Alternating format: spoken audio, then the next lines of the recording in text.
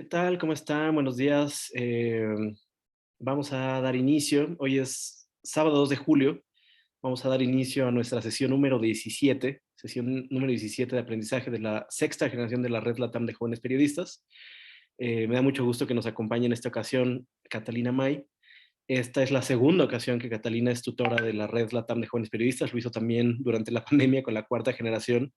Tuvimos una conversación con ella y con Martín sobre, bueno, cómo es que se creó Las Raras Podcast, qué es lo que han hecho, y sobre todo algo muy particular, y es cómo hacen su proceso de edición de sonido, que es seguramente una de las cosas que más se destacan de este podcast. Entonces, antes de pasarle la palabra a Catalina para que nos cuente un poquito, pues, qué son Las Raras, cómo nació, cómo ha ido creciendo, y que empecemos a tener esa conversación a partir de episodios específicos que Catalina nos pidió escuchar. Quisiera también que se presentaran algunas personas de ustedes, como siempre, también para que Catalina sepa un poquito quiénes son y dónde están. Como somos poquitos, vamos a ver si podemos hacerlo rápido, rápido, rápido y a ver si todos pueden presentarse. Empezamos con Diana. Hola, ¿qué tal? Creo que no se me ve. No, Ahí no sé. está. Bueno, da igual. Hola, ¿qué tal? Yo soy Diana, soy de Venezuela, pero vivo ahora en Madrid y nada, he trabajado como periodista freelance, también editando podcast y ahora estoy en una revista haciendo cosas de temas de SEO. Muy bien, muchas gracias, Diana. Vamos a hacerlo más breve. Si pueden decir solamente nombre, dónde están, o sea, nacionalidad y dónde andan. Nombre, edad, dónde andan, estaría fantástico. Bruno. Hola, yo soy Bruno, soy de Montevideo, Uruguay, tengo 29 años. Y ahora andan en Radioambulante. María Fernanda. Hola, soy Fernanda Hernández, vivo en Ciudad de México. Próximamente estaré en Santiago 3 meses, pero y ya, tengo 31 años. Muy bien. Isabela. Hola, soy Isabela, tengo 24, en este salón hay full eco y estoy en Caracas, soy de Caracas, vivo en Caracas. Gracias. Rocío. Hola, me llamo Rocío, acabo de cumplir 24 años hace 2 días y estoy en Buenos Aires, Argentina. Felicidades, Rom. Fer Giacomazzi. Ahora sí, perdón. Hola, soy Fer. Estoy en São Paulo, Brasil. Ok, de Brasil. Isela. Hola, soy Cela, tengo 24 años y estoy desde el Callao, en Perú. Genial, muchas gracias. Recamier. Mariana Recamier. Hola, soy Mariana Recamier. Ahorita estoy en Ciudad de México, pero soy de Guadalajara. Fantástico, mexicana. Oscar. Hola, Oscar Rosales, de Chihuahua, al norte de México, 28 años. Muy bien, con muchas ojeras, dice Oscar. Valeria Urán. Hola, soy Valeria Urán, los saludo desde Colombia y tengo 25 años. Muchas gracias. Nicole Vargas. Hola, ¿qué tal? Soy Nicole Vargas de Bolivia, tengo 25 años y trabajo en el periódico Opinión. Gracias, Nicole. David Francisco. Hola, soy David, soy de Mérida, Yucatán y trabajo en Radio Área. Tengo 22 años, 23. 23, uno de los más chiquitos de esta generación. Paloma, otra de las chiquitas. Hola, sí, justo. Bueno, pues yo soy Paloma Fernández, ahorita estoy en Puebla, México. Tengo justo 22 años cumplidos, igual Rocío y yo cumplimos el mismo día. Y pues soy reportera de Manatí MX, un periódico local de aquí de Puebla. Muy bien, muchas gracias, Paloma. Marisol. Hola, yo soy Marisol, soy de Durango, México, pero vivo en la Ciudad de México y tengo 27 años. Gracias, Marisol. Sally. Hola, soy Sally Gabriel de Perú. Bueno, colaboro en el área de Planeta Futuro del país. Muchas gracias. Y nos faltan dos, Cecia y Danelis, por favor. Hola, buen día, mucho gusto. Cecia Garay de Tegucigalpa, Honduras y tengo 27 años. Muchas gracias, Cecia. ¿Y Danelis? Hola, espero que estén bien. Mi nombre es Danelis, soy de Puerto Rico y también soy periodista de audio y tengo 22 años. Muchas gracias. Bueno, Cata, en realidad siempre nos gusta hacer un poco esta dinámica también para que conozcas de manera muy panorámica quiénes son las personas que conforman esta generación de la Red LATAM. Como pudiste ver, hay una diversidad grande de acentos, de nacionalidades y también, por supuesto, de historias personales. Entonces, pues dicho eso, me gustaría pues dejarles un momento con Catalina para que nos cuente un poco, uno, quién es, cómo nacieron las raras, qué es las raras, y comenzar esta conversación. Catalina me ha pedido que hagamos esta charla lo más dinámica posible. Entonces ya saben que si tienen preguntas, idealmente yo les pediría solamente por temas de llevar un orden, que me avisen en el chat de WhatsApp, y si no, bueno, también que podamos tener la conversación por acá, ¿va? Entonces, todos tuyos, Catalina. Gracias, Jordi. Hola a todas y a todos. Muchas gracias por estar acá. Muchas gracias por las presentaciones. Es una alegría para mí poder conversar con ustedes. Mi idea de esta sesión de hoy es que yo les voy a hacer una presentación cortita sobre las raras, sobre qué es las raras, y después que podamos ir conversando sobre el proceso creativo y de producción de las raras a partir de los 4 episodios que yo les pedí que escucharan. Pienso que es mucho más fácil y concreto conversar a propósito de episodios específicos. Entonces creo que eso va a hacer que la conversación sea mucho más rica. Entonces, de cualquier forma, cuando ustedes quieran preguntar, me dicen nomás y vamos conversando, esa es la idea. Entonces yo les voy a compartir ahora una presentación, y yo cuando estoy haciendo la presentación no los puedo ver a todos. Entonces si alguien quiere hablar, me avisan, ¿ya? Porfa. Así que voy a compartir ahora. Compartir con sonido. Y ahí nos vamos. Bueno, entonces, Las Raras es un podcast documental. Nosotros partimos como un podcast narrativo y hemos ido transitando hacia ser un podcast documental. Podemos profundizar más en eso si les interesa, pero básicamente un podcast de periodismo narrativo es un podcast que se basa principalmente en entrevistas que luego se narrativizan en un guión, ¿cierto? Y básicamente termina siendo un episodio en el cual hay un narrador que cuenta y se ocupan también cuñas del entrevistado, ¿cierto? Nosotros, el tránsito que hemos ido haciendo es que partimos haciendo eso y hemos ido transitando hacia ser mucho más documental, es decir, mucho más de hacer registro en terreno, de registrar a nuestros protagonistas en acción, en los lugares donde suceden las historias, de tratar de estar en los momentos donde pasan las cosas y registrar eso en audio. El tema de los paisajes sonoros siempre ha sido parte de nuestra esencia, de nuestra identidad sonora y editorial. Entonces siempre desde el principio nosotros tuvimos eso en nuestra identidad y en nuestras definiciones, pero con el tiempo hemos podido integrarlo más en la práctica a nuestro proceso de producción y de creación de los podcasts. Entonces actualmente nos definimos como un podcast documental.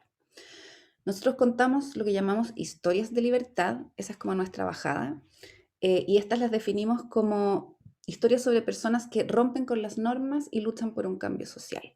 Eso es una definición editorial que es muy amplia, entonces nos da pie para poder tratar historias muy distintas, ¿ya? Pero lo que tienen en común es eso, es que son historias a partir de personas o de grupos de personas, porque también hemos contado historias que son de gestas más bien colectivas que personales, pero grupos o personas que con sus decisiones de vida de alguna forma rompen con el status quo, ¿ya? Entonces, esto nos da pie para hablar de temas tan distintos como la migración, los derechos humanos, género, feminismo, medio ambiente, ciencia, ¿ya? Entonces, como súper amplio nuestro espectro de historias que podemos cubrir bajo este paraguas, ¿no?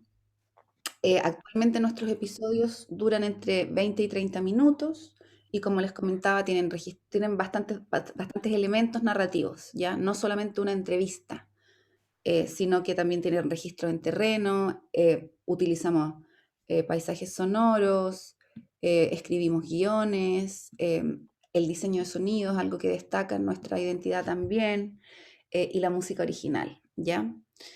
Hasta el momento hemos publicado 54 episodios y acabamos, digo yo, a finales de marzo, ya han pasado un par de meses, nuestra 6ª temporada que produjimos en alianza con Spotify. Y esas que ven ahí abajo son algunas de las portadas de nuestras historias. Ahí. Nuestro equipo ha ido creciendo con el tiempo. Nosotros originalmente éramos Martín Cruz y yo. Fuimos los que creamos Las Raras. Martín es ingeniero en sonido, yo soy periodista. Entonces era como tener un podcast, era como perfecto para unir nuestras dos áreas de interés y de conocimiento profesional. Y con el tiempo empezamos a crecer el equipo. El primero que está desde hace 3 temporadas atrás, desde la 3ª temporada, es Andrés Nusser, que es nuestro músico que está acá. Él nos hace la música original. También trabajamos con Martina Castro, que es nuestra productora ejecutiva. Ella tiene una productora de podcast basada en Los Ángeles, California, que se llama Adonde Media. Nosotros colaboramos con Adonde Media. Entonces ella es nuestra productora ejecutiva. Gonzalo, que también es de Adonde Media. Gonzalo Castro es nuestro gerente de operaciones. En la temporada pasada, la 6ª temporada, se integró Emiliano Rodríguez Mega como coordinador periodístico. Él es un periodista que está basado en Ciudad de México. Y Javiera Maitrejo, que es nuestra coordinadora de producción y medios de acá de Santiago de Chile. Y Soledad Águila y María de Los Ángeles Plas, fueron nuestras ilustradoras de las 18 episodios. Hicieron la mitad y la mitad. Así que ese fue nuestra última versión de equipo, ¿ya? Ya, les voy a poner el tráiler de la temporada pasada para que se hagan más o menos como una idea. Ojalá que lo escuchen. Ustedes me dicen si no se escucha.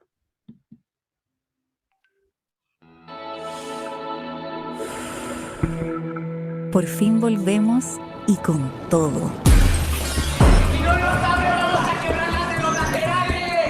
En la 6ª temporada de Las Raras nos indignamos por las injusticias sociales. ¡Claro! Esto es lo que quieren, es vernos arder.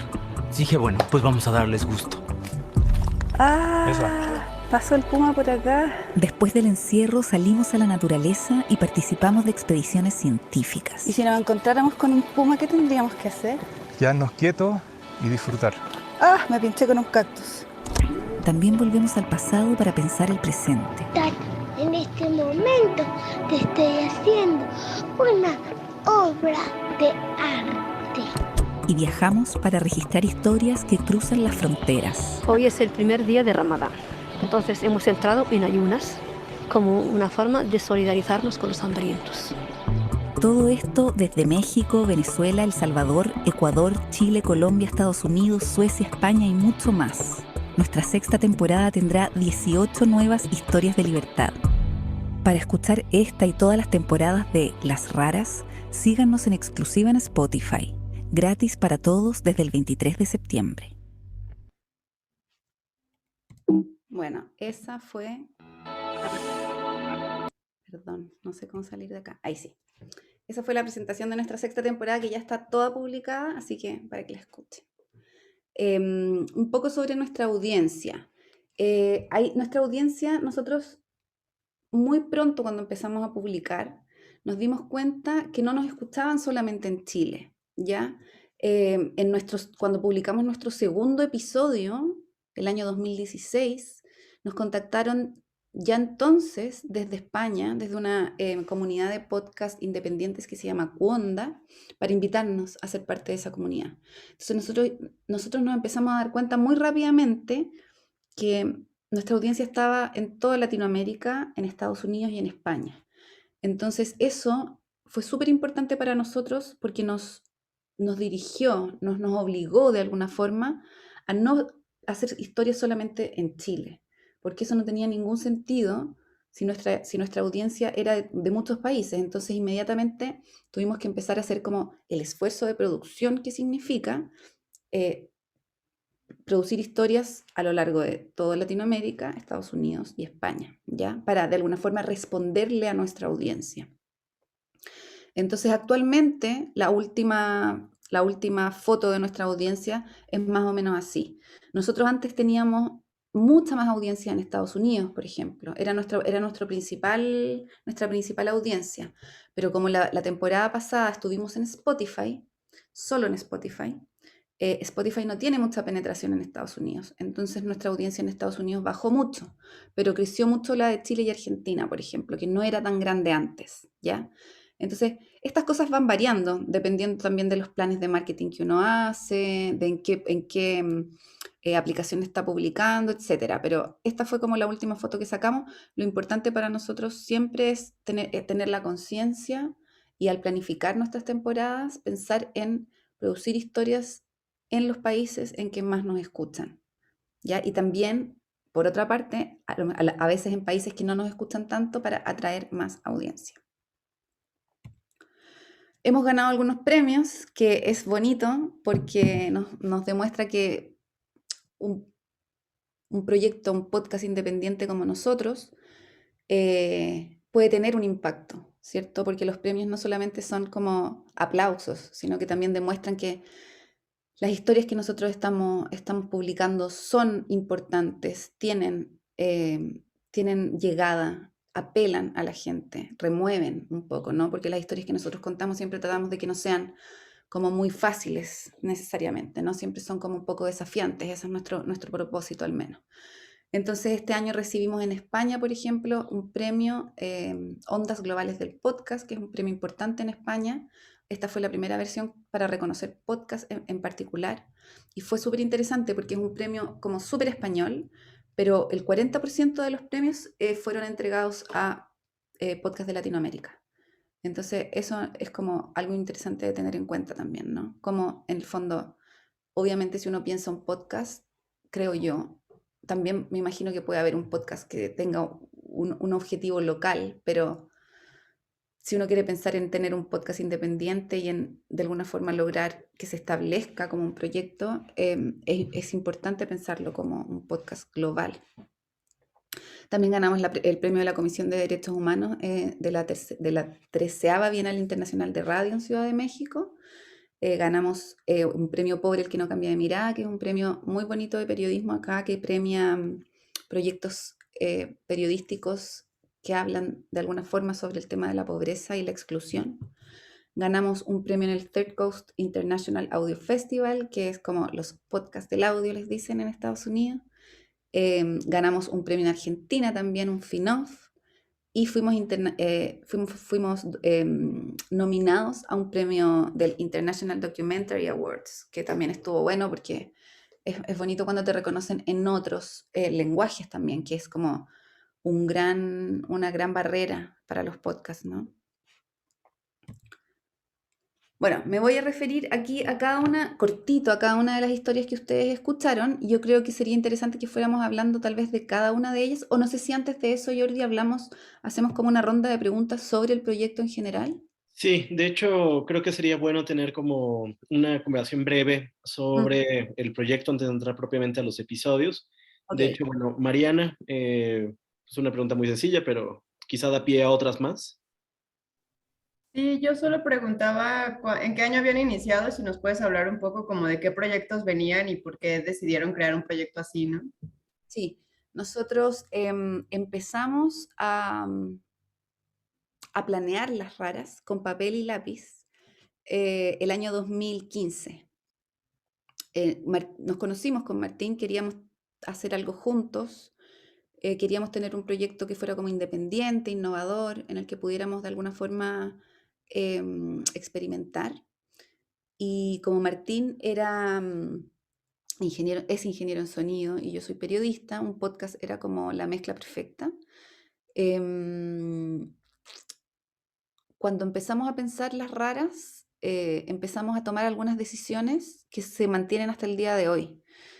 Fueron bastante intuitivas. Nosotros nunca planeamos las raras con la idea de que fuera nuestro trabajo, o sea, de verdad nunca fuese el objetivo, ni que fuera algo que fuera a durar tanto tiempo, como que no teníamos grandes expectativas realmente. Y creo que eso nos quitó bastante presión también al planear el proyecto. Entonces, en esa época no había muchos referentes en español todavía, en realidad yo había escuchado solamente Radio Ambulante en español. En inglés habían más referentes. Obviamente está Serial, que el año 2011 había hecho como la explosión de los podcasts narrativos de periodismo. Y bueno, tomamos las decisiones que se mantienen hasta el día de hoy. Decidimos que nos íbamos a llamar Las Raras, que íbamos a contar historias de libertad. Decidimos que íbamos a hacer un podcast, que no íbamos a hacer un podcast de estudio, que íbamos a hacer un podcast en terreno, grabado en terreno, con las entrevistas grabadas en terreno también. Decidimos que el diseño de sonido iba a ser súper importante. Martín viene del mundo del audiovisual, entonces él siempre ha pensado el sonido de Las Raras como más cercano al cine que a la radio. Martín había trabajado en documentales de difusión científica principalmente. Entonces tomamos la decisión de que íbamos a usar solo música original también. Esto como para complicarnos la vida nomás, porque podríamos haber hecho un podcast de estudio y todo hubiera sido más fácil y más barato, pero hubiera sido mucho menos entretenido y tal vez no hubiera destacado. Así que esos fueron como los inicios de Las Raras. Muchas gracias, Cata. ¿Bruno? Sí, hola Catalina, ¿cómo te va? Quería hacerte una consulta que me parece que además está bueno plantearlo dentro del marco de la red LATAM, que es justamente vos hoy hablabas de cómo se empezó a pensar en determinado momento en Las Raras como un contenido global y a salir también de Chile. Entonces te quería consultar cuánto ha influido quizás el contacto y las amistades que se puedan hacer con productores de podcast de otros países, de América Latina, de Estados Unidos, de Europa, y si eso ha servido de ayuda o de qué manera ha ayudado a justamente esta evolución que ha tenido Las Raras en una perspectiva más global.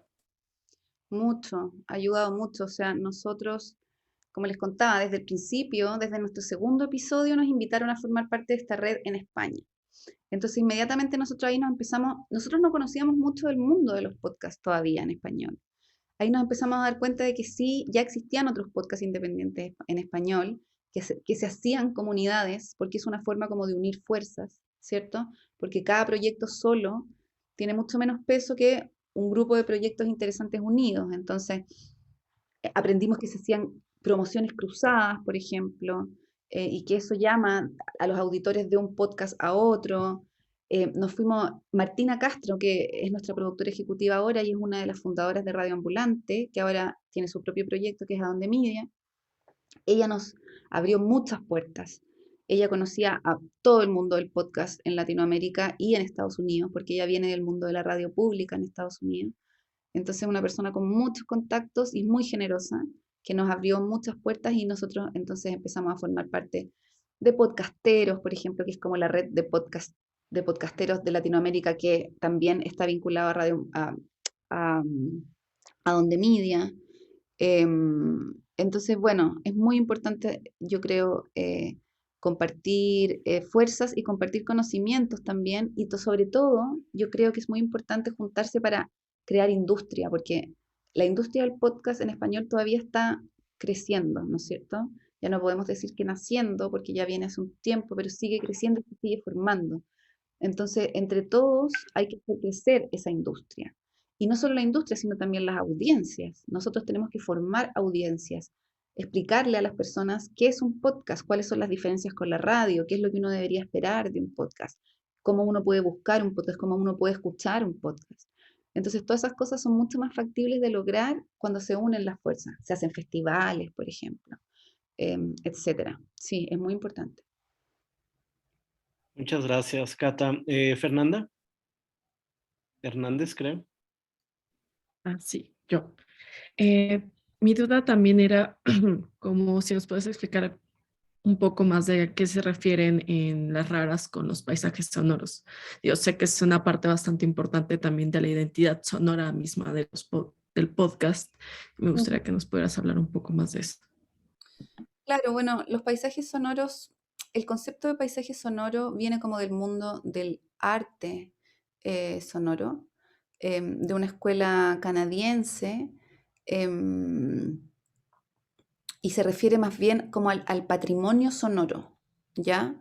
Em, Nosotros lo usamos como pensando en registrar el entorno sonoro en el que ocurren nuestras historias, ¿ya? Y cómo ese entorno sonoro forma después parte de nuestras historias como un elemento narrativo y estético, ¿ya? No solamente como un relleno, sino que como el paisaje sonoro también te entrega información sobre la historia, ¿ya? Entonces los paisajes sonoros son eso, son el entorno sonoro en el que sucede nuestra historia, pero también nosotros lo utilizamos eso como un elemento narrativo y como un elemento estético de nuestros episodios. Muy bien, muchas gracias, Cata. ¿Y Ro? Sí, yo tengo una pregunta muy de en mi caso como directora de un medio y demás. Me llamó la atención la decisión de estar exclusivamente en Spotify, sobre todo con lo que dijiste de que por eso perdieron audiencia en Estados Unidos, pero lograron acercarse más a otros países. Em, y quizá como que mi primer pensamiento fue, no, la publicidad en Estados Unidos te va a dar mucha más plata, como qué mal perder audiencia ahí, pero después me di cuenta de que todos los episodios que escuché no tenían publicidad. Es como, bueno, ¿cómo funciona el modelo de negocios? Y, o sea, ¿qué decisión hubo detrás de querer estar exclusivamente en una plataforma? Bueno, nosotros partimos como un podcast autofinanciado, autoproducido, las 2 primeras temporadas. Después en nuestra tercera temporada, bueno, y de ahí en adelante lo que hemos ido haciendo es como generar alianzas y buscar formas de financiamiento, ¿cierto? Entonces, en nuestra tercera temporada estuvo financiada por un fondo de una fundación norteamericana que se llama International Women's Media Foundation. Ellos tienen fondos, ellas tienen fondos para proyectos periodísticos liderados por mujeres o de solo mujeres, tiene que ser un 50% de mujeres, creo. Entonces esa fue como la primera financiación que tuvimos en la tercera temporada, ¿ya? En la cuarta temporada nosotros fuimos seleccionados por Google en una convocatoria abierta que hicieron porque ellos lanzaron ese año su reproductor de podcast, que es Google Podcast. Entonces, como para generar movimiento en torno a Google Podcast, ellos hicieron una convocatoria internacional a proyectos de podcast y a nosotros nos seleccionaron. Entonces ganamos fondos y ganamos un training en Boston con la gente de PRX, que no sé si los conocen, pero son una productora y curadora de podcast, ¿ya? Entonces, eso fue nuestra siguiente forma de financiamiento. Y también ese año, que fue nuestra cuarta temporada, tuvimos un patrocinador que fue Himalaya, que es un reproductor de podcast. Nuestra quinta temporada, que fue la temporada pandémica, fue financiada por Adonde Media, ya que fue una temporada de 9 episodios producidos en pandemia, en confinamiento, entonces con muchos colaboradores externos. Y en esta sexta temporada tuvimos la posibilidad de hacer un acuerdo con Spotify, un acuerdo de exclusividad. Eso significaba que ellos financiaban nuestra temporada y nosotros a cambio de eso salíamos de las otras plataformas y solo quedábamos en Spotify. Entonces, fue un acuerdo interesante para nosotros porque era como un buen financiamiento que nos permitió crecer el equipo, integrar a Emiliano, Jordi, que me preguntaba, y a Javi, y producir muchas más historias. O sea, hicimos la temporada más grande que hemos hecho, 18, que fue igual una locura, pero fue muy entretenido. Entonces, en el fondo hemos ido nosotros siempre así temporada a temporada, buscando alianzas, generando acuerdos. Es un desafío el tema del financiamiento todavía para nosotros. Pero ahí, en eso estamos. Es parte del trabajo. Muchas gracias, Catalina. Qué interesante esto que nos cuentas. O sea, sí me parece que en la industria de medios independientes y por supuesto que también en el ecosistema de podcasts independientes, pues por supuesto, no hay ningún modelo de negocios creado, sólido, sino que hay que estar experimentando, hay que estar tocando puertas, hay que estar viendo, pues justo, o sea, cómo seguimos haciendo esto que nos gusta, que nos apasiona y que también tenga algún sentido. Pero bueno, qué interesante esto que nos cuentas. Tiene Isa una pregunta y después ya continuamos con el siguiente bloque. Isabela. Sí, Cata, gran fan. Cuando he notado que sus episodios, distintos episodios que he escuchado, son diversos en la manera en la que están estructurados. De hecho, las piezas que escogiste son también diversas. Y me preguntaba si entre temporada y temporada, cuando hacían el cierre o en el punto, ustedes tenían como un proceso de enumerar los aprendizajes, discutir de eso, o sea, plantear esto funcionó, esto no funcionó, cómo pueden hacer para mejorar, si eso tenía que ver también con la decisión de haber cambiado de un podcast narrativo a un podcast documental, y quién se encarga de eso, o sea, como que quién propicia en su medio independiente el momento de decir, bueno, esto fue lo que aprendimos, esto es lo que vamos a implementar y no sé, estar como pendiente de que esos aprendizajes se materialicen en algo para las siguientes temporadas. Sí, eso es súper interesante porque a mí me cuesta un montón como sistematizar. Yo soy súper desordenada, no sé si soy tan desordenada, pero como que soy mala para sistematizar. Entonces, algo que hicimos al final de la temporada pasada, que fue una temporada súper exigente para nosotros, porque eran muchos episodios y porque estábamos creciendo el equipo, entonces generó muchos cambios en el proceso de producción también, fue hacernos como al final de la temporada hicimos un mapa de cómo es nuestro proceso de producción, desde el principio al final, que varía mucho según diferentes historias, porque son todas muy distintas en su finalización, pero hay muchos puntos del proceso creativo y del proceso de producción que sí se repiten. Entonces yo creo que ir teniendo esos puntos del proceso claros es súper importante para poder planificar a futuro. Porque para poder saber cuánto más o menos uno se demora en hacer un episodio, que es algo que siempre me preguntan y yo siempre digo, no sé, porque nos podemos demorar desde 1 año hasta 2 meses. Entonces es muy variable. Pero en general me parece como súper clave ir sistematizando procesos. Sobre todo procesos que uno ha ido inventando y ha ido creando en el camino, de pura improvisación de alguna forma. Pero ya a estas alturas, sexta temporada, claramente ya tenemos algunos procesos establecidos y sí hemos sido capaces de irlos sistematizando. Y ha sido importante para poder sobre todo programar. Oye, Catalina, yo tengo una pregunta. Me voy a tomar el atrevimiento de hacerte una pregunta. Sí siento, como tú lo decías al inicio, que los podcasts hace algunos años eran como la nueva burbuja, como el nuevo boom, ¿no? La nueva moda. Todo mundo, todo medio quería tener su propio podcast, todo el mundo estaba tratando de hacer también un proyecto de podcast. Siento que era como pasó hace, no sé, 10 años o más, hace 15 años con los blogs. Todo el mundo quería tener un blog, luego todo el mundo, no sé, quería tener su propio medio y después todo el mundo quería tener su propio podcast, ¿no? La pregunta es, ¿sientes que seguimos estando como que en esa ola o ya se está madurando pues sí, digamos, el ecosistema de periodismo en podcast en América Latina? Yo creo que se sigue profesionalizando.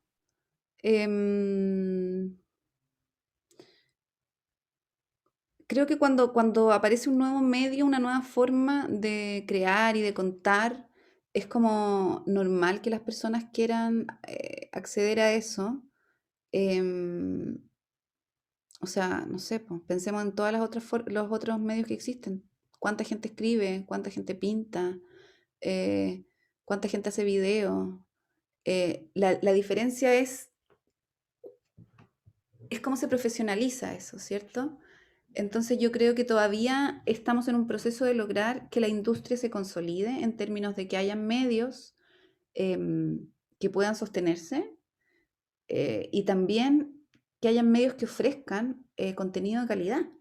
Porque por mucho que haya muchas personas haciendo podcast, ¿cuáles son los podcasts que realmente destacan, ¿no? Y qué es lo que qué diferencia esos podcasts, cuál es el aporte. Yo creo que eso todavía está un poco borroso. Y cómo se sostienen también, ¿no? Sí, también, exactamente. ¿Cómo se sostienen? Bueno, pero por ejemplo, yo soy crítica de los medios grandes que están haciendo podcast porque encuentro que son flojos, porque no ofrecen nada interesante, por lo menos aquí en Chile. O sea, todos los podcasts que están haciendo los grandes diarios, las grandes cadenas de medios, son las mismas personas que ya hemos visto en la tele y hemos escuchado en la radio, haciendo lo mismo que hacen en la tele y en la radio. Entonces, ¿por qué la gente va a querer ahora escucharlo en podcast? Entonces, ¿por qué no experimentar? ¿Por qué no aprovechar las potencialidades propias del medio? Y arriesgarse y darle espacio a nuevas voces y a nuevas miradas. Eso acá en Chile por lo menos nadie lo está haciendo, de los medios grandes. Siento que en España, por ejemplo, que ahora estuvimos, el grupo Prisa, con su plataforma Podium, y con su nuevo daily, tienen un diario ahora, un podcast diario del país, por ejemplo. Siento que ellos le están poniendo energía y recursos, porque al final también si no le pones plata, si estás haciendo que la misma gente que trabaja en la radio por el mismo sueldo ahora vaya y haga un podcast, obviamente que nadie va a hacer algo interesante. Entonces, los grandes medios tienen que ponerle recursos también a los podcasts, si quieren que a ellos les dé algún retorno, porque también yo escucho muchas quejas de los grandes medios. No, es que nadie escucha los podcasts. Obvio que nadie los escucha, si son fome, son aburridos. Entonces, ahí hay un círculo vicioso que yo creo que hay que romper. Y supongo que eso se va a romper cuando un medio haga un buen podcast y ese buen podcast lo escuche mucha gente. Porque ahora eso está pasando con la ficción, por ejemplo. Aquí en Chile se hizo el podcast Caso 63, que no sé si ustedes habrán escuchado sobre él, que le ha ido como muy bien.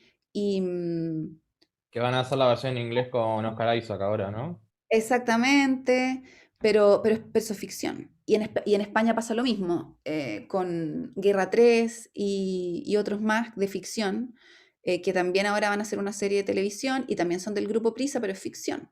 Entonces, ¿cuándo viene? ¿Dónde está? ¿Quién va a hacer el gran podcast de no ficción? Que explote así como Serial, me pregunto yo. Ojalá que alguien lo haga, porque eso nos va a ayudar a todos. Oye, Cata, y una más, ya aprovechando, aprovechando que te tenemos acá en esta sesión. Nos contabas hace rato de cómo fue el modelo de, pues no sé si decirlo el modelo de negocios, pero pues al menos de cómo sustentaban cada temporada, ¿no? O sea, cómo se financiaba cada temporada. Eran, por un lado, empresas distintas o donantes distintos para cada temporada. Supongo que eso también les da, por un lado, cierta libertad, pero por otro lado, es también un proceso complejo de gestión, de negociación, de no tener claridad ni absoluta certidumbre de que pues, la siguiente temporada y la siguiente temporada van a estar pues, aseguradas, ¿no? Y leyendo a muchos colegas que reflexionan sobre la industria de medios, pues leo que también, digamos, como que el podcast no tiene aún una claridad grande sobre cuál pues, es o será su modelo de negocios. Yo quería preguntarte, ¿tú has pensado cuál sería el modelo ideal de negocios? O sea, ¿qué es lo que tendría que hacer que un podcast fuera plenamente exitoso? O sea, que nosotros como escuchas pagáramos una cantidad X por ese episodio, por esa temporada, o al contrario, o sea, que todo se tendría que patrocinar todo se tendría que asegurar, el financiamiento se tendría que asegurar vía patrocinadores, o cómo es el modelo, cómo sería el modelo ideal. En general son modelos mixtos. Cuando hablamos de podcast independientes, porque si hablamos, no sé, pues del Daily del New York Times, ahí ya es parte de una gran empresa de medios y me imagino que eso está en combinación con todos los otros productos de esa empresa, ¿cierto? Pero en general lo que yo he visto es que se prueban modelos mixtos en que no haya solo una forma de ingreso, sino que haya diferentes formas de ingreso que mezclan acuerdos con casas distribuidoras como Spotify o Amazon u otras, o NPR, por ejemplo, como hace Radio Ambulante, Eso más patrocinios, más, ¿cómo se dice cuando las personas pagan? Suscripciones, más shows en vivo.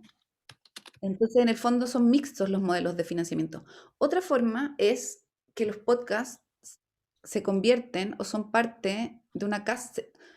Por ejemplo, un podcast se convierte en una casa productora de podcast, ya como hicieron los de la no ficción, por ejemplo, en Colombia, ¿no? Que partieron con un periódico de ayer, pero la no ficción, que es la productora detrás, también hace otros podcasts para clientes. Entonces hacen podcasts que son branded, por ejemplo, para empresas o para marcas. Y con la plata que ganan de esos podcasts que hacen para clientes, pueden financiar sus podcasts originales, ¿ya? Que es lo que hace Adonde Media también. Que produce podcast para Duolingo, por ejemplo, que es esta aplicación de aprendizaje de idiomas, que es como una locura, tiene, no sé, cientos de millones de usuarios, entonces, en todos los idiomas. Entonces, Adonde Media produce los podcasts para ellos, que ya a estas alturas tienen uno en inglés, uno en español, uno en portugués, creo que esos son hasta el momento, en francés, pero, o sea, tienen el mundo para crecer. Entonces, bueno, y así. Esa es otra forma de financiamiento, por ejemplo, bastante concreta y que funciona en la práctica. Muy bien. Bueno, pues muchísimas gracias por contarnos todo esto, Cata. Vamos entonces ahora sí, si quieres, a repasar los episodios. Ya. No sé si los escucharon, a lo mejor escucharon unos más que otros, pero bueno, ojalá que sí, porque, o si no, me dicen y nos saltamos. Claro. O sea, hubo algunas personas comentando varios de los episodios, entonces yo espero que sí, sí haya masa crítica. Listo, comparto.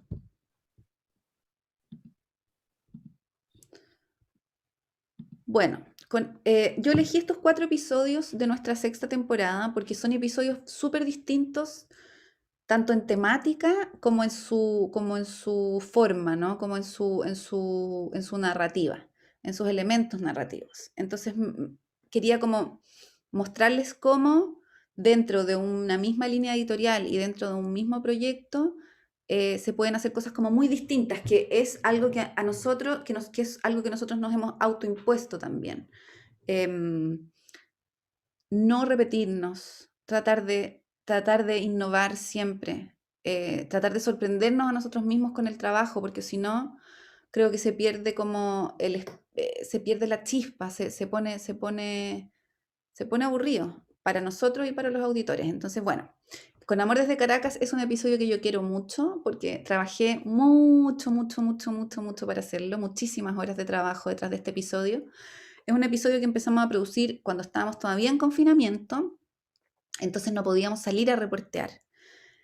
Entonces yo, buscando historias, porque ya estábamos terminando las negociaciones con Spotify, teníamos que empezar a producir 18 episodios, que eso fue algo que nos pidió Spotify, y no podíamos salir de la casa, entonces, chuta, ya, ¿qué vamos a hacer?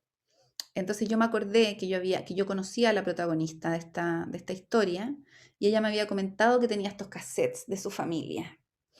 Entonces yo la contacté y le pedí que quisiéramos algo con esos cassettes. Yo no sabía qué, ella tampoco, porque ella nunca había escuchado esos cassettes. Entonces ella aceptó. Entonces, bueno, esta es una historia que está basada en archivos de audio. Esa es como su particularidad cuando uno piensa como en elementos narrativos, ¿cierto? Ella había escuchado el episodio Los cassettes del exilio de Radio Ambulante, que hizo con Radio Ambulante Dennis Maxwell, que es un periodista chileno que también es colaborador de nosotros.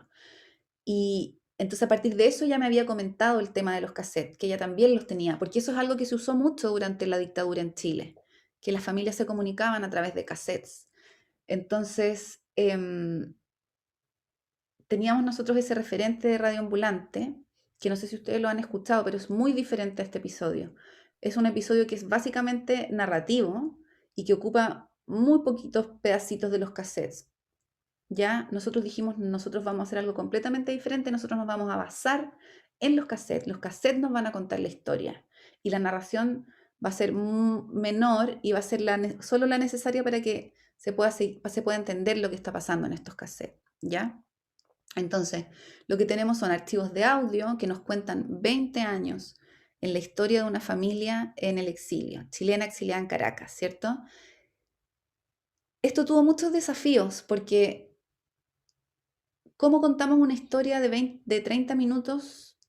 ¿Cómo contamos una historia de 20 años en 30 minutos, ¿cierto? ¿Y qué historia vamos a contar? Porque a pesar de que es súper obvio, ahora parece que fuera muy obvia la historia que había que contar, que es la historia de Vale creciendo en el exilio, ¿cierto? De la protagonista.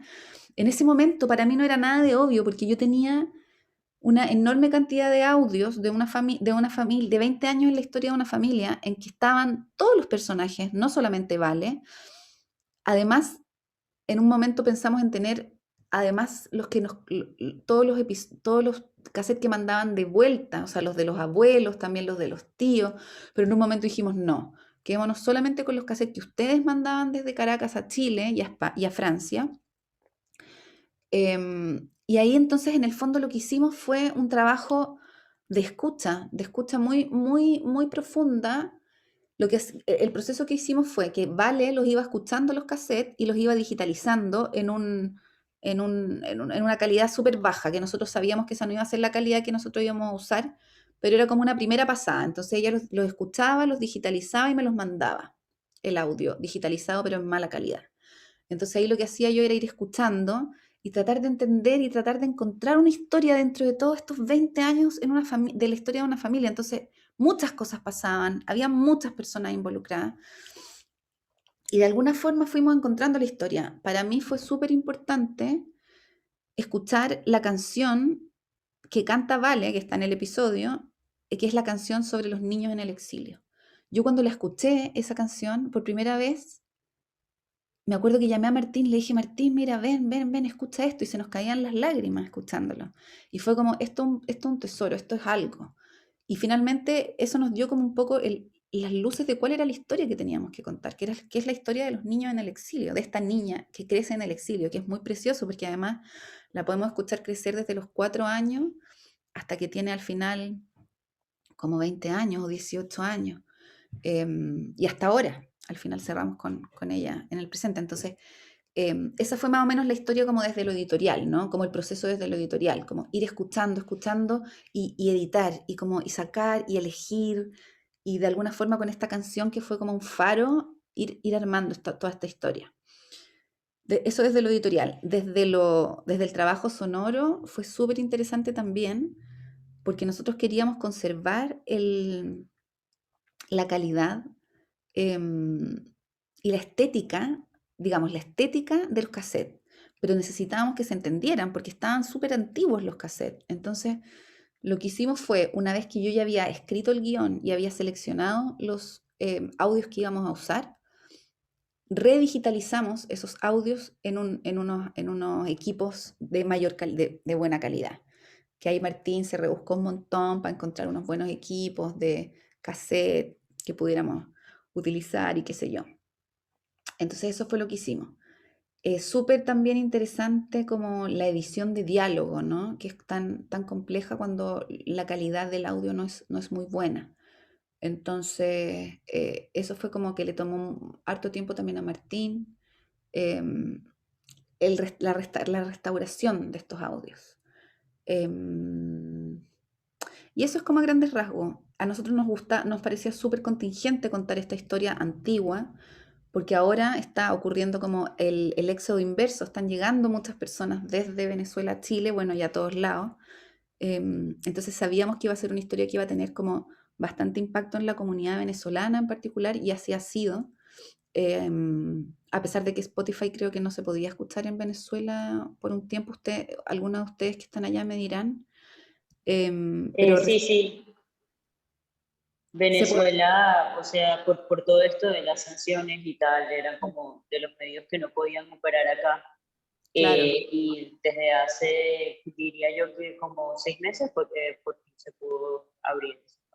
Claro, pero recibimos muchos mensajes por mail y redes sociales de venezolanos que se han ido de Venezuela en el fondo comentándonos lo impactante que había sido y lo emocionante que había sido escuchar esta historia.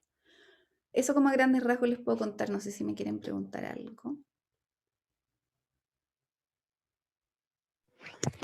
Yo quisiera hacerte una pregunta sobre la construcción de los guiones, particularmente pues hace un tiempo también me he dedicado un poco como a entrarle al podcast, pero he sentido el desafío allí y sobre todo también cómo establecer esos criterios para la selección pues del material sonoro, sí, de las entrevistas.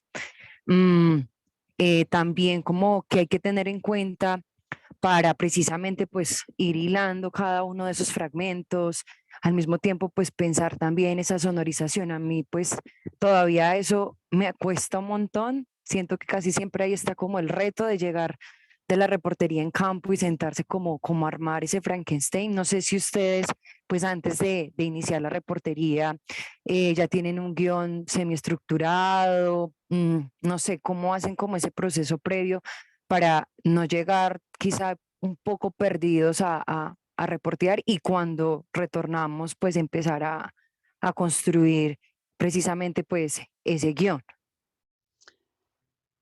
A mí me encanta la parte de empezar a armar el Tetris, digo yo, ¿no? Que es cuando uno ya tiene todos los elementos con los que puede armar la historia, empezar a ver cómo es la forma perfecta para encajar esas piezas y que la historia sea lo más potente posible. Yo eso lo disfruto muchísimo.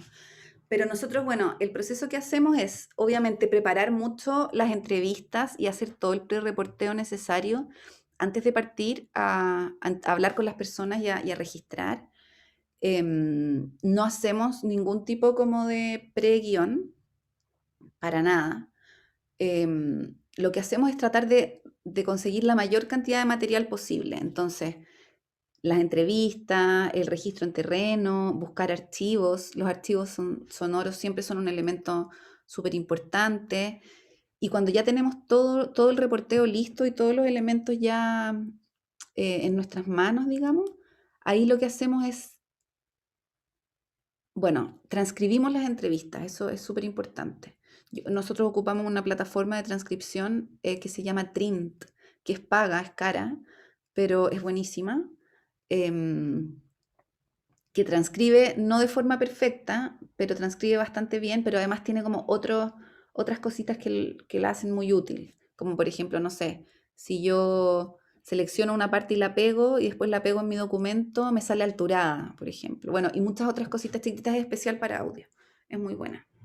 Entonces, bueno, transcribir las entrevistas es súper útil y obviamente que ahí lo primero que hacemos es como seleccionar las partes de la entrevista que tienen que ir en el audio. Y esa selección tiene mucho que ver con que sea el protagonista quien dice cosas relacionadas a sus emociones, a sus experiencias, los momentos de emoción, los momentos de silencios, los momentos de reflexión. En el fondo que la narradora más bien entregue la información más dura, información más de contexto y darle espacio al protagonista para que cuente su historia. Eso es como un principio, por ejemplo, de nosotros. Aunque todos los principios se pueden romper si es necesario.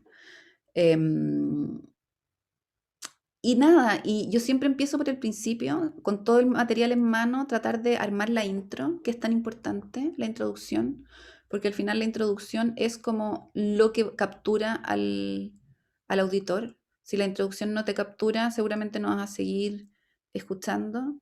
Entonces la introducción tiene que ser siempre como bien, es súper importante. Y una vez que yo tengo la introducción, después voy armando, pensando la estructura como bloques, por ejemplo. Entonces, en este bloque va a pasar tal cosa y va a haber tales elementos. En este bloque va a pasar tal cosa y va a haber tales elementos. En este bloque lo mismo y el final, también guardar algo bueno, un cierre importante, porque al final el cierre es lo último que la persona escucha, es lo que va a recordar. Entonces el final también es importante. Pero yo en general pienso así, en estructura, en términos de bloques que también de repente se podrían mover incluso, ¿no? ir manteniendo la tensión a lo largo, ir entregando información, pero siempre también guardándose, siempre dejando como ganchos para que la persona quiera seguir escuchando hasta el final. Son bastantes elementos que hay que considerar, pero es muy entretenido, a mí me encanta. Yo quisiera hacerte una pregunta también, Cata. Sí siento que es obvio que cada episodio de Las Raras, sobre todo las últimas temporadas, se centran en la historia, como tú bien decías, ¿no? En la historia de una persona o en algunos momentos de algún colectivo.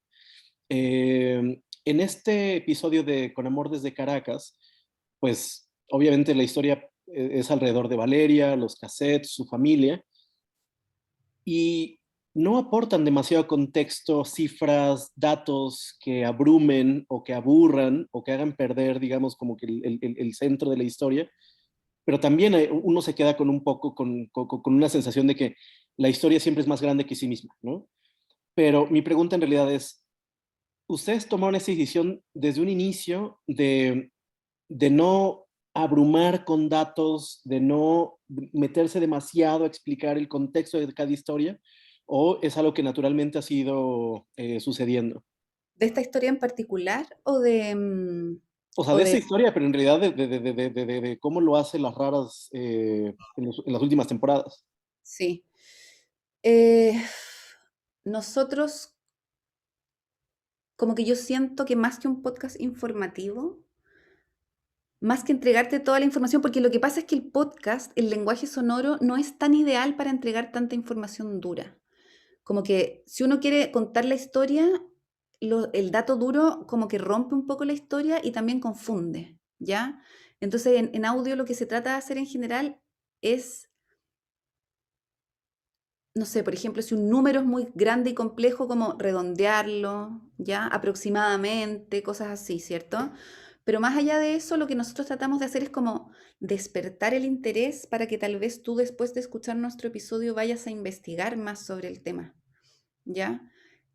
Igual últimamente usamos mucho el outro, que es como después de la historia y antes de los créditos, para entregar la información dura.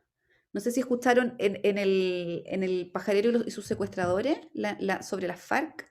No quisimos entregar tanta información dura en la mitad de la historia, pero en el outro, boom, les tiramos todos los números. Por si les interesa, para que vayan a buscar más y que sepan que están esos números y que existen y que obviamente nosotros los sabemos y los tenemos en mente, pero no sé si ese es el objetivo necesariamente de nuestras historias, es darle tanto dato. Yo creo que igual nosotros entregamos la información o tratamos de entregar la información de contexto necesaria para que se entienda que esta historia no es solo una historia aislada, sino que son siempre historias partes de grandes procesos o de grandes o que apelan a temas de debate que siempre están presentes. Entonces eso, como que el lenguaje sonoro no es tan idóneo para el dato, pero sí es importante entregar la información. Nosotros tratamos de encontrar ese balance y últimamente hemos ocupado el outro, que es como ese momento de salida, como para entregar esos datos. Y aquí en particular, igual nosotros confiamos en que nuestros auditores más o menos saben algo del mundo en el que viven. No queremos nunca minimizar a nuestros auditores. A veces eso a mí no me gusta de otros podcasts, por ejemplo, que siento que creen que las personas no saben nada y que sobreexplican. Entonces igual nosotros el rol que hago yo, por ejemplo, en esta historia en particular, es ir recordando que esta historia igual está sucediendo en dictadura. En los cassettes no se puede decir nada porque es muy peligroso. De oídas llegan historias sobre desaparecidos y muertos. ¿Ya? Pero eso está detrás. Eso lo hicimos conscientemente. Esa historia está detrás. Por eso está pasando esta otra historia, ¿no? Sí, son temas que siempre tenemos presentes. Muchas gracias, Catalina. ¿Alguien más tiene preguntas o comentarios sobre el episodio Con Amor desde Caracas? Chicos, chicas. Yo quería preguntar, bueno, es parecido a lo que estaba diciendo Jordi, si por algo decidieron no decir que esta historia se repite con otras familias, ¿no? Yo no sabía que esto de los cassettes era común, ¿no? Y también a partir de lo que dijiste quería preguntarte si están pensando siempre en un público meta, ¿no? Como que se imaginan a su audiencia con ciertas características. sabemos un poco de nuestra audiencia por la información que entregan las plataformas de reproducción, que no es demasiada, pero más o menos sabemos que nos escuchan en los países que les conté, nos escuchan más mujeres que hombres, por ejemplo, nos escuchan personas más bien jóvenes, pero tampoco tan jóvenes, y también hemos hecho algunas entrevistas como de empatía, que les llaman los gringos. Cuando hicimos el programa de Google nos hicieron hacer como todo un estudio sobre nuestra audiencia. Y nuestra audiencia sabemos que en general son personas educadas, con estudios, muchos son militantes o simpatizantes de movimientos sociales. Entonces igual son personas que tienen una cierta comprensión de la actualidad, de la contingencia y del mundo. No sé si llegamos tanto, ponte tú, nos encantaría, es difícil, sí, no sé, pues a la abuelita, o a los jóvenes, muy jóvenes, tampoco nos escuchan, de 15 años, 16 años. Son audiencias que igual a nosotros nos gustaría llegar, pero no llegamos tanto por el momento. Muchas gracias. ¿Alguien más, chicos, chicas? Si no, pasamos entonces al siguiente episodio. Marisol. Yo solo, como al final cuenta como la historia de esta familia y los cassettes y demás, ¿tuvieron una retro o una reacción por parte como de la familia de ella? O sea, ¿cómo fue esa parte? Sí, les encantó. Y a la mamá, es que la mamá es una directora de teatro súper importante. Entonces yo tenía muchos nervios porque era como, ¿qué va a pensar la mamá? Era como lo que más me importaba a mí, porque a ver si le gustaba como la estructura narrativa, qué sé yo. Y le encantó, se súper emocionaron. De hecho, cuando nosotros hicimos el lanzamiento de la temporada, aquí en Santiago, hicimos como un evento chiquitito porque había todavía restricciones de aforo por el COVID, pero hicimos una escucha con audífonos en un lugar al aire libre de esta historia, e invitamos a Valeria. Entonces ella fue, su mamá no fue porque estaba viejita y no quiso ir, y hacía frío y qué sé yo, pero Valeria habló y estaba súper emocionada. Les gustó mucho el resultado. Sí. Gracias. Ya les voy a compartir sobre mi danza psicodélica, que es una historia muy diferente a la que acabamos de comentar, ¿cierto? Mi danza psicodélica es una historia que está basada en una entrevista que nosotros hicimos en estudio. Nuestro entrevistado, el protagonista, Luis, estaba en Nueva York, entonces él fue a un estudio de grabación. Esas son pequeñas cosas, por ejemplo, pequeños esfuerzos que vale la pena hacer. La mayoría de los podcasts, o no sé, muchos podcasts, simplemente le piden a las personas que se graben con el celular. Y el nivel o sea, la calidad del sonido de grabarse en la casa con el celular y de ir a un estudio de grabación y grabar ahí es enorme. Y no es tanta la dificultad y no es tan caro. Entonces, yo siento que esos son esfuerzos que si uno piensa en tener un podcast, tiene que hacer, si quiere profesionalizar el resultado. Entonces, bueno, Luis fue a un estudio de grabación, nos conectamos por videollamada, le hicimos la entrevista y decidimos hacer esta entrevista narrada en primera persona, ¿ya? Sin narración, sin narradores, sin que yo solo soy parte de la presentación, y aquí también en el outro, en la salida de la historia, damos bastante información dura sobre los estudios con MDMA y qué sé yo. Entonces, eso fue como la decisión que tomamos, y decidimos que iba a ser el diseño de sonido súper importante en esta historia, sobre todo si piensan en la parte del viaje psicodélico con hongos, que quedó increíble, yo encuentro. Y esta historia tenía la particularidad de que uno de los elementos propios de la historia era el piano. Entonces nosotros dijimos, ¿cómo no vamos a usar el piano como elemento narrativo? Entonces teníamos dos posibilidades: hacer la historia sin el piano, solamente en primera persona, con diseño de sonido y nuestra música original típica, que podría haber resultado y hubiera quedado bien, pero nosotros obviamente ya se nos había metido en la cabeza que el piano tenía que ser un elemento narrativo fundamental de la historia. Entonces, siempre nos gusta complicarnos la vida, siempre. Nunca vamos a hacer la opción fácil. Entonces, lo que hicimos fue que Martín trabajó aquí en Santiago con una compositora de piano, unas piezas de piano originalmente compuestas para esta historia, que es súper importante, siento yo, en términos de el resultado final. O sea, toda la parte final de la narración del viaje con MMA está acompañado por el piano, y el piano en el fondo lo que es en la historia es como una puerta a las emociones del protagonista, ¿no? Él nos dice que cuando era niño y no tenía ninguna conexión con sus emociones, la primera conexión con sus emociones que tuvo fue cuando aprendió a tocar piano. Entonces, después toda la historia se trata de él en busca de una conexión con sus emociones, y el piano entonces es eso, ¿cierto? Y así lo usamos como elemento narrativo fundamental del episodio. Y en términos editoriales, creemos que es una historia personal que trata un tema que es...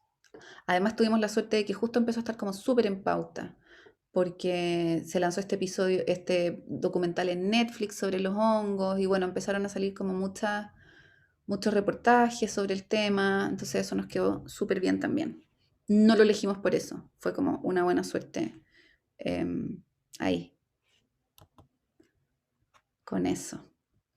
Así que bueno, no sé si quieren preguntarme algo o comentar algo. Chicos, si quieren preguntar, me avisan. Ah, bueno, Diana, y yo también tengo una pregunta.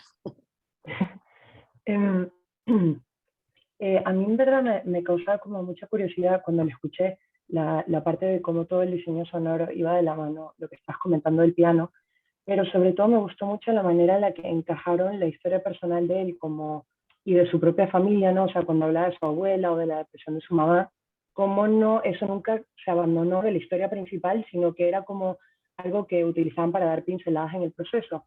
Y antes mencionaste en el episodio anterior, cuando estamos hablando del episodio anterior, que estas como subhistorias que había como con la dictadura, o por ejemplo la historia del tío de Valeria, las sacabas de alguna manera. Y para mí, al menos cuando he trabajado con podcast, creo que la parte más difícil a la hora de armar el Tetris es justamente como que saber tomar las historias secundarias y meterlas en esa historia principal para que se vean como una, ¿no? Y no como retazos. Mi duda va un poco por, digamos, qué haces tú o qué proceso llevan dentro de las raras para lograr esto y que se vea como de una forma tan íntegra, ¿no? No que parezcan como pedazos de rompecabezas, sino toda parte de un mismo ente, digamos. Sí, buena y difícil pregunta, porque en realidad no sé muy bien cómo lo hacemos.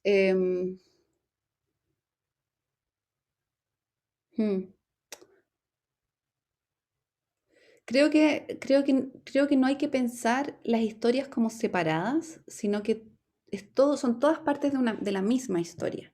O sea, Luis no hubiera tenido probablemente toda esta búsqueda espiritual y emocional si es que no hubiera tenido la infancia que tuvo, ¿cierto? Esta separación de su mamá con problemas mentales, su abuela con problemas mentales, su contexto también del país. Entonces, todo es parte de lo mismo. Entonces, yo creo que pensarlo como todo parte de una cosa es súper clave. Yo creo que también yo creo que hay cosas en la historia que no pueden no estar para entender la historia. Entonces, si algo tiene que estar para que tú entiendas la historia, hay que encontrar cómo incluirlo. Ahora, hay cosas también que uno cree que tienen que estar, pero no tienen que estar. Entonces hay que aprender a diferenciar lo esencial de lo secundario. Entonces, eso es un trabajo difícil, pero esencial, sobre todo cuando uno quiere trabajar podcasts que sean complejos pero cortos, como los que hacemos nosotros.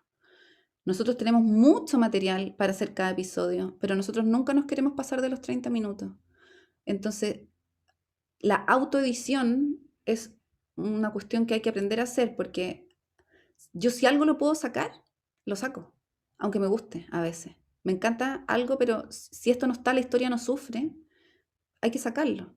Entonces yo digo la economía de los recursos, elegir solo lo esencial, y todo lo demás sacarlo, sacarlo. Así trabajo yo por lo menos. Muchas gracias, Isabela. Y después, Paloma. Sí, en esta misma línea, Cata, me llama la atención que él, Luis, tiene su propio podcast, ¿no? Por lo que entendimos ya al final del episodio.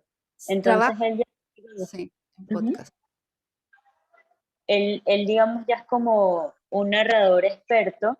Y yo recordaba cuando escuchaba el episodio que ustedes hablan de Ana y el sexting en México, que tenía como las dos entregas.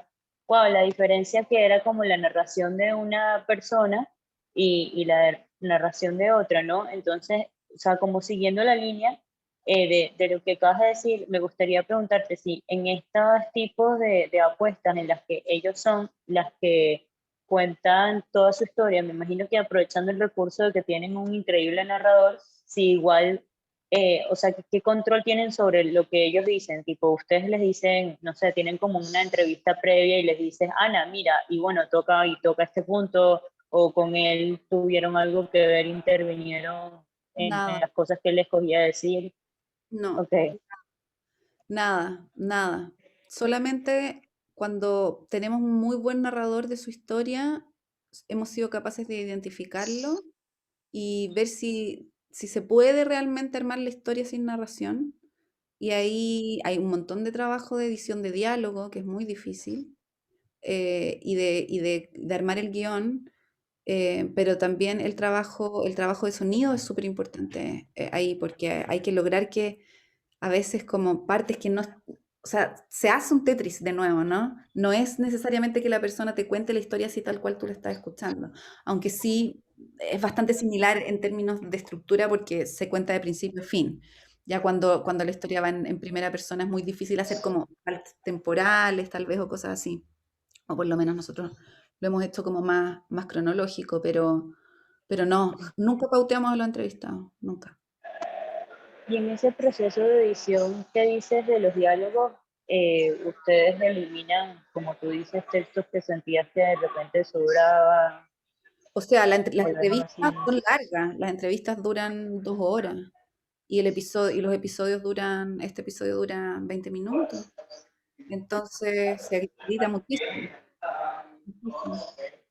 No se le cambia, no sé, o sea, no se puede hacer que las personas digan cosas que no dijeron, pero sí hay mucho trabajo de guión y después mucho trabajo de edición de diálogo en audio. Muchas gracias, Catalina. Paloma, por favor. Sí, muchas gracias. Bueno, pues mi pregunta iba más enfocada como al acercamiento a estas historias. Creo que ya nos adelantabas un poco precisamente con el podcast anterior, ¿no? Pero creo que en lo que yo pude notar, al menos en este de mi danza psicodélica y en el otro el pajarero, se me olvidó el nombre. Sí, el Bueno, pajarero y sus sí, buscadores. exactamente.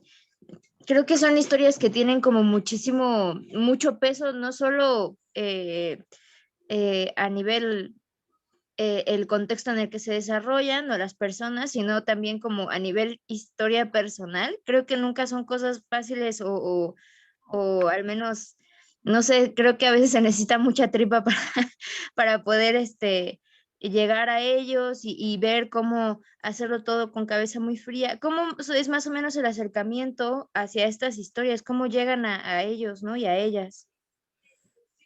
Yo diría que es trabajo periodístico bastante tradicional. O sea, igual como los periodistas buscan sus pautas, nosotros buscamos nuestras historias de todas las formas posibles. Siempre estando atentos a personas que nos comentan, a medios de comunicación que publican algo que nosotros vemos que podría ser más profundo, más largo. Hacemos una búsqueda activa también de historia. Yo diría que es trabajo periodístico bastante tradicional. Y el acercamiento, bueno, eso sí, como las historias son bien personales en general, nosotros generamos las confianzas con las fuentes con tiempo, los conocemos, vía video, si es que hay que viajar, o si es que estamos en la misma ciudad, nos juntamos con ellos antes a conversar, les explicamos lo que hacemos, les explicamos que no solo queremos entrevistarlos, que queremos estar con ellos, que queremos grabarlos en acción. Les tratamos de ver si tienen archivos de audio que nos puedan facilitar. Yo trato de que escuchen por lo menos un episodio de Las Raras para que entiendan de qué estamos hablando. Entonces es un trabajo como de harta de bastante generar esa confianza, lograr que ellos entiendan lo que estamos haciendo. Eso. Oye, Catalina, ya lo mencionaste o ya lo respondiste de alguna manera, porque dijiste que le pagaron un estudio a Luis en Nueva York. Nos has hablado un poco cómo se dio esto, que no hay pautas o momentos previos donde ustedes le indiquen qué es lo que quieren que diga. A mí me sorprendió muchísimo que parece que es una narración que no termina, que es como, para mí era de pronto como si él tuviera, no sé, o sea, como un guión, ¿no? No se escuchan en realidad nunca pausas, cortes. Ahora que mencionas que claramente pues ustedes tienen 2 horas o 3 horas de grabación para un capítulo, para un episodio de 20 minutos, obviamente ustedes tuvieron que haber cortado muchas veces, ¿no? No se siente, o sea, parece todo como si fuera algo tan natural, y eso es algo que a mí me sorprende y me vuela la cabeza cómo lo logran en realidad. No sé si es una pregunta, solamente te lo quería comentar, pero ayer lo escuchaba y decía, ¿cómo hacen esto?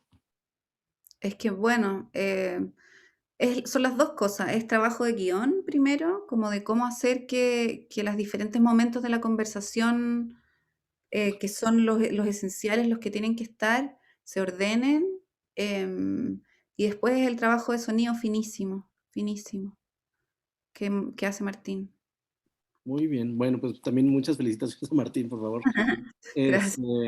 Bueno, pues nos quedan pocos minutos, vamos a ver si podemos alcanzar con... Cortito, una de las que quedan, ¿cuál será mejor, el pajarero o la muerte? O les hablo cortito de las dos, ¿ya? Ok. Voy a compartir.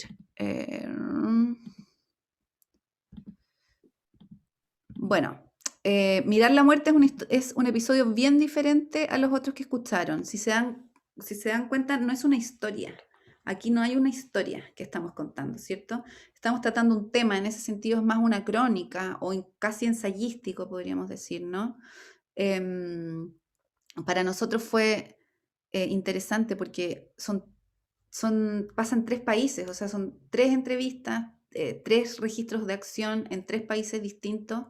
Creo que, de nuevo, es un esfuerzo, ¿no? Nosotros nunca queremos hacer lo más fácil, siempre queremos hacer lo más complejo posible para que queden más ricas los episodios. Entonces, íbamos a viajar a Ecuador, íbamos a viajar a Colombia, estábamos buscando historia y la primera que encontramos fue la historia de la dula en Colombia.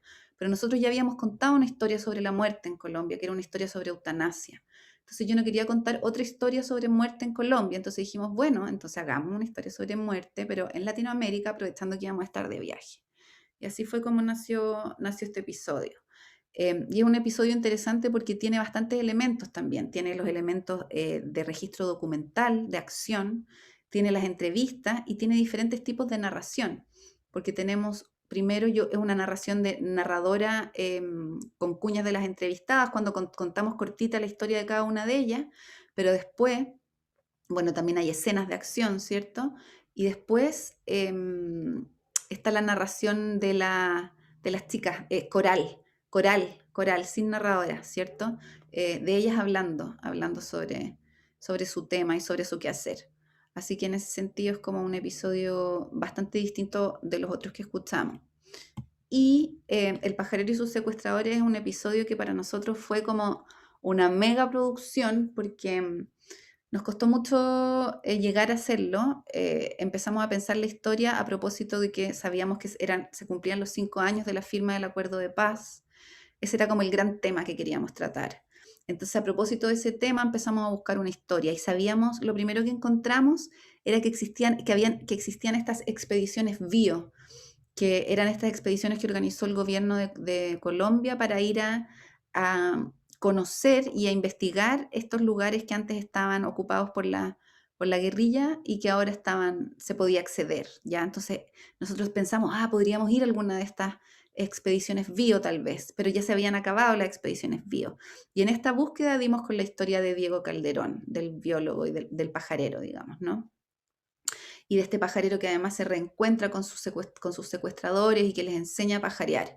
Entonces nos pareció una historia hermosa que queríamos ir a hacer, a pesar de que era complejo porque involucraba a mucha gente, pero justo, además estábamos en la pandemia, no podíamos salir de Chile, después fue la explosión social en Colombia, entonces ya no podíamos ir, ahí teníamos pasajes, tuvimos que cancelar todo, o sea, fue súper complicado, pero finalmente siento yo que valió la pena porque es una historia que a mí me encanta, que también tiene muchos recursos, tiene registro documental en terreno, tiene entrevistas, tiene paisajes sonoros, el tema de las aves es sonoro en sí mismo, y también tiene una estructura narrativa bien compleja que intercala el registro documental, que intercala la historia de Diego contada por mí y por él, y también con esta narración coral en primera persona de Ceci y Marcos, ¿cierto? De los ex combatientes. Entonces es una historia súper contingente que a mí me gusta mucho. Y fue un placer también poder ir a hacerla y conocer Tierra Grata y estar ahí con los excombatientes compartiendo. Fue muy, muy interesante. Si me quieren preguntar algo. Muy bien, Catalina. ¿Alguien, chicos, chicas, tiene preguntas o comentarios o felicitaciones sobre estos episodios? A ver, David Jiménez, por favor. Y después nuestra Natalia Luján, de la quinta generación. Hola, sí, yo quisiera saber un poco como los otros recursos que usaron pues para poder atraer al público, ¿no? O sea, a través de redes sociales, qué tipo de herramientas usaron y cómo hacerlo de manera, pues sí, que también plasmen lo que ustedes hacen en este podcast, ¿no? O sea, sí me gustaría saber cómo qué otras herramientas usan para poder atraer a las audiencias y que puedan verse interesados en su contenido. Ese es un desafío constante, llegar a más gente. Estar acá es parte de lo mismo, o sea, yo espero que ustedes cuando salgan de acá le cuenten a sus amigos sobre las raras bueno, espero que cada uno de ustedes traiga por lo menos a 10 personas a escuchar las raras. No, de todas las formas posibles. Participar de festivales, dar charlas, redes sociales. Echamos mano a todos los recursos, pero es un desafío, siempre, crecer nuestra audiencia. Seguimos siendo un podcast de nicho. Muchas gracias, Catalina. Además de que estamos aquí la mayoría de las personas que están aquí son de la sexta generación de la Red LATAM, hay personas también de otras generaciones, y en esta oportunidad nos acompaña Natalia Luján, también mexicana, quien trabaja en un podcast que se llama, en una productora de podcast que se llama Esto No es Radio. Y adelante, Natalia. Pues gracias, Jordi, por la presentación. Antes que nada, Catalina, pues mucho gusto. La neta, qué chido que estás acá con la red. En cuanto yo le dijo, Catalina está dando una clase, yo sí necesito estar ahí en este mismo momento. Y bueno, pues sí, o sea, yo trabajo en una productora de podcast que se llama Esto No es Radio, y justo pues todo lo que vas diciendo me hace mucho clic, ¿no? O sea, esta onda de que en las redes hacemos todo para que nos conozcan y como todo el trabajo detrás, ¿no? De lo que es un episodio. Entonces, pues obviamente Las Raras para nosotros es un referente grandísimo y me encanta. Pero yo tengo una pregunta que es como, no sé, o sea, ¿cuáles son a veces como las maneras en las que ustedes encuentran las historias? O sea, yo sé que muchas veces de repente llega alguien que nos dice, conozco a alguien que te tiene algo que contar, ¿no? O esta persona tiene una historia interesantísima, pregúntale. Pero luego muchas veces esas historias terminan siendo anécdotas, ¿no? O no nos dan para un episodio y luego eso se vuelve dificilísimo. Entonces, no sé, o sea, ¿cuál es un poco de la metodología que tienen para estar todo el tiempo con el oído como bien abierto y encontrar eso que quieren contar? Acabo de contestar esa pregunta, ¿no? Sí, la acabo de contestar. Les había dicho que yo siento que ese es como el trabajo, como periodismo normal, o sea, buscar pauta, encontrar historias, buscarlas de forma activa. No tengo como una receta, por decirte, pero es como un trabajo constante de estar escuchando gente que nos comenta, leer en diarios historias que nos pueden parecer que puede irse más profundo, o sea, en medios en general, historias que nos interesan, pero nos parece que no han sido tocadas como con la profundidad que podrían. Hacer búsqueda activa a propósito de historias que nos puedan, de temas, como por ejemplo lo que les decía del pajarero y sus secuestradores. Nosotros había un tema que nos convocaba, ¿cierto? Que eran los 5 años del Acuerdo de Paz en Colombia. Entonces, ¿cómo encontramos una historia para tratar ese tema? ¿Ya? Ahí nos contactamos con Charlotte, que es nuestra colaboradora en Colombia, y le dijimos, Charlotte, hagamos algo sobre este tema. Nosotros le dijimos, creemos que podemos hacer algo relacionado con los excombatientes que están haciendo algo interesante algo importante como por ayudar en el proceso, ¿cierto? Como por ejemplo sacar las minas antipersonales o buscar los desaparecidos. Empezamos como a buscar por ahí, a buscar por ahí. Y buscando encontramos lo de las expediciones bio, que en el episodio, no sé si lo escucharon, se acordarán que sale mencionado como en algún momento, se convirtió como en una cosa súper secundaria, pero fue importante en la búsqueda del tema. Encontramos que existían estas expediciones bio, que son las expediciones que organizó el gobierno de Colombia para que los científicos fueran a explorar a los lugares donde antes estaban las guerrillas y que ahora ya no estaban, entonces se podía entrar. Y dijimos, qué interesante, expediciones bio, nos gusta, vamos a una expedición bio, pero ya se habían acabado las expediciones bio. Entonces, buscando en torno a este tema, encontramos la historia de Diego. Entonces, hay una búsqueda activa también, a partir de temas, por ejemplo. También si íbamos a ir a un país, por ejemplo, sabíamos que íbamos a ir a Ecuador, entonces dijimos, aprovechemos de reportear varias historias en Ecuador. Busquemos historia en Ecuador, leyendo medios de Ecuador, blogs de Ecuador, seguir periodistas de Ecuador. Es como de todas las formas posibles, realmente. Muy bien, y creo que Diana, tenías también la mano levantada, ¿no? ¿Alguien más? La pregunta de Oscar entonces. Dice Oscar, bueno, son varias preguntas, vamos a hacerte poquitas. En realidad la primera. En tus espacios personales, ¿qué otros podcasts escuchas para despejarte fuera de los temas que usualmente tratan o recomendaciones que creas que también valga la pena conocer, además de ustedes, por supuesto? Ahora acabo de escuchar un podcast de ficción que yo nunca escucho, pero me gustó bastante. Se llama Bloom, es español. Se los recomiendo. Súper bonito.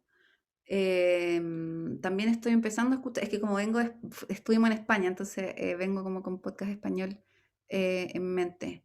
Hay otro que se está recién publicando, que es de un español que se fue a combatir a Siria. A ver, déjame ver cómo se llama, que también está bueno. Si no escucha. A ver. No.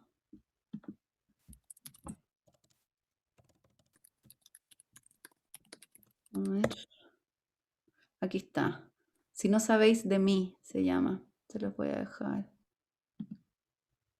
Les voy a dejar el link en Apple Podcast por si.